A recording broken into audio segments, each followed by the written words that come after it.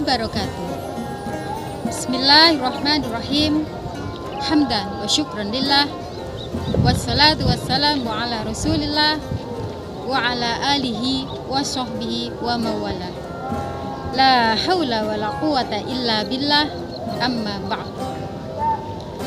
Ibu Kepala MI Hidayatul Ula beserta Dewan Guru yang saya hormati, Bapak Ibu Wali Murid MI Hidayatul Ula yang berbahagia, serta anak-anak saya, murid MI Hidayatul Ula yang sangat saya sayangi.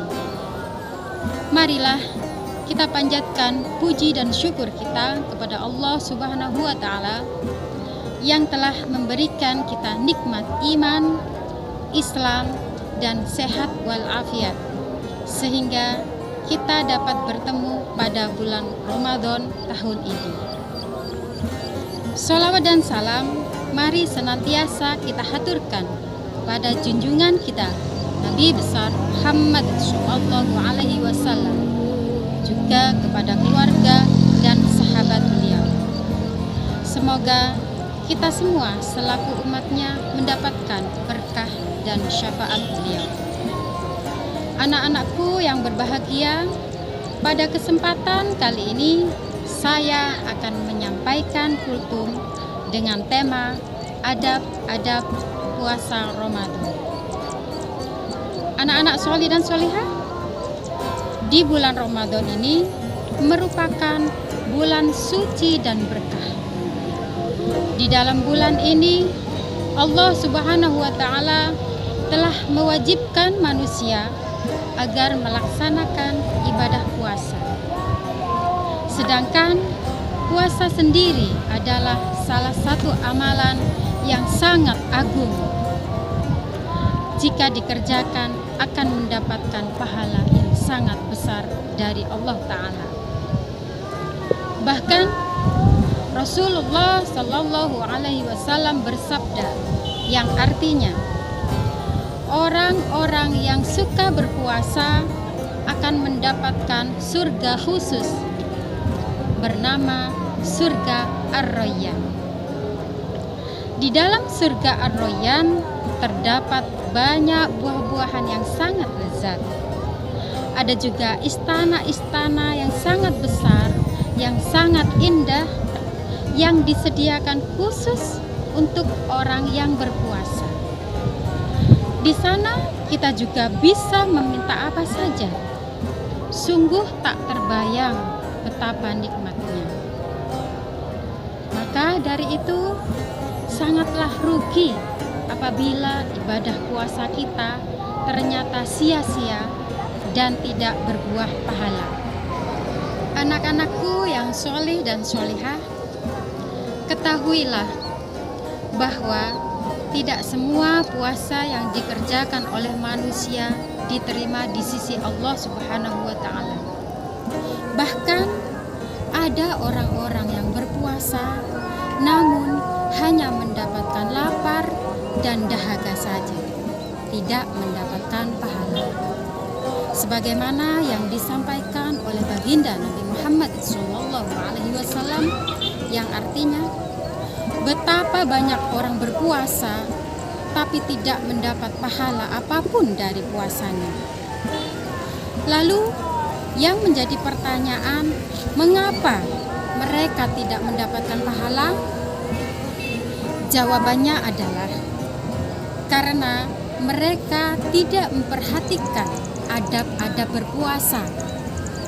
Oleh sebab itu, mari kita pelajari tentang adab-adab puasa supaya ibadah puasa kita diterima di sisi Allah Subhanahu wa Ta'ala dan mendapatkan surga Ar-Rayyan.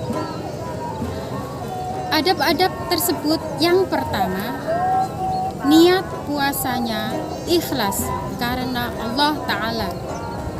Anak-anak yang saya cintai, tujuan dari puasa adalah mendapatkan pahala dan surga dari Allah Subhanahu wa Ta'ala. Sehingga saat berpuasa kita harus berniat ikhlas karena Allah Ta'ala.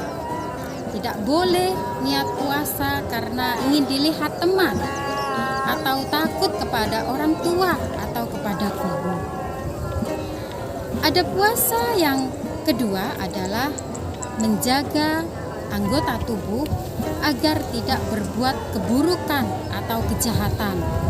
Misalnya, memukul teman, menjahili teman, atau perbuatan-perbuatan lainnya yang menyebabkan teman kita atau orang lain merasa tersakiti. Barang siapa yang sedang berpuasa namun masih menyakiti teman atau orang lain, maka pahalanya akan berkurang.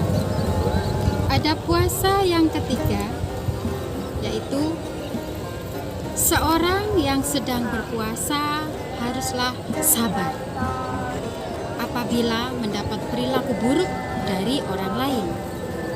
Karena sejatinya puasa bukan hanya menahan untuk tidak makan dan minum, namun juga harus menahan amarah supaya puasa kita tetap berpahala.